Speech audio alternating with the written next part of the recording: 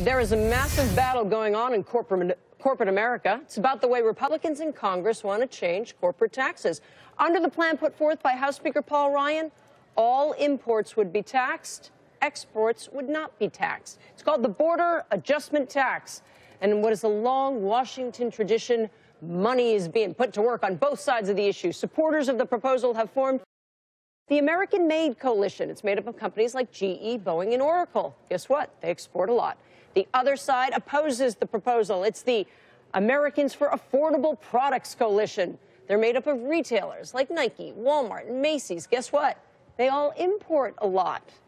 So would a border adjustment tax be good or bad for business here in the United States? Brian Reardon is an advisor to the American-made coalition. He thinks this is the greatest thing since sliced bread. And Brian Dodge is an advisor to the Americans for Affordable Products. He says this would end the world as we know it. Gentlemen, good to have you here. Thanks for having us. Slight exaggeration. Mr. Reardon, why do you like this so much? Why is the American-made coalition pushing so hard for this? The goal of the Brady plan is to keep jobs and money here in the United States. And the challenge is that our tax code right now is one of the worst in the world. It overtaxes production here in the United States, and it undertaxes imports coming in from abroad. And the net result is that we have fewer jobs and less investment here. The Brady plan is going to fix that. It's going to allow us to leapfrog from going from one of the worst tax codes in the world to one of the best. And the border adjustment is kind of the glue that keeps the whole thing together. Mr. Dodge, why do you say that Mr. Reardon is wrong? So the border adjustable tax is little more than a consumer tax. It's a hidden consumer tax. It'll force consumers to pay as much as 20% more for the products that they need. The gasoline is estimated to go up as much as 35 cents a gallon. Common household goods, apparel, things that people count on every day, pajamas, will cost more, and really just so a certain select group of corporations can avoid paying taxes forever. We think that's bad policy, and we are telling lawmakers, our consumers, and constituents that very point. Mr. Reardon, you must realize the hurdle you face with retailers like Walmart who think, my gosh, we import nearly everything. Suddenly I'm going to have to pay 20% on all of those things. What do you say to them?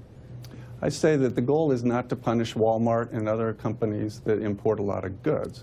The point is to ensure that when Americans are investing in the United States and creating products here, that they're not at a tax disadvantage. The whole point of the Brady plan is to cut taxes so that we have more investment, more jobs, higher wages, and at the end of the day, the consumer is going to be benefited, not hurt. But will the consumer be paying more for their products? No. Why not? Well, what we're hearing is that this is some sort of an experiment. It's not an experiment. Border-adjusted taxes have been around for 40 years. The WTO first started making them legal back in 1970. And just about every country that we compete with has border-adjusted taxes. And what we found when the countries moved to a border-adjusted tax is that currencies adjust, markets work, and the consumers are protected. That's why countries continue to move to border adjusted. As I said, just about everybody we compete with has one. It's about time we did it too. Mr. Dodge, wouldn't this put us on a more even playing field? That's what the supporters say. So the suggestion that this is common around the world is grossly misleading. There is no example in the rest of the world where a border adjustable tax is a component of a corporate tax. Instead, it's a component of an additional tax called a value-added tax. We don't have one here now, and I don't believe we want to have one. The reality is consumers are going to ultimately have to pay more for products that they need. And I think the argument that currencies will adjust will be cold comfort and probably not fly with middle American consumers who are concerned about having to pay more for products and relying on this theory that currencies will adjust.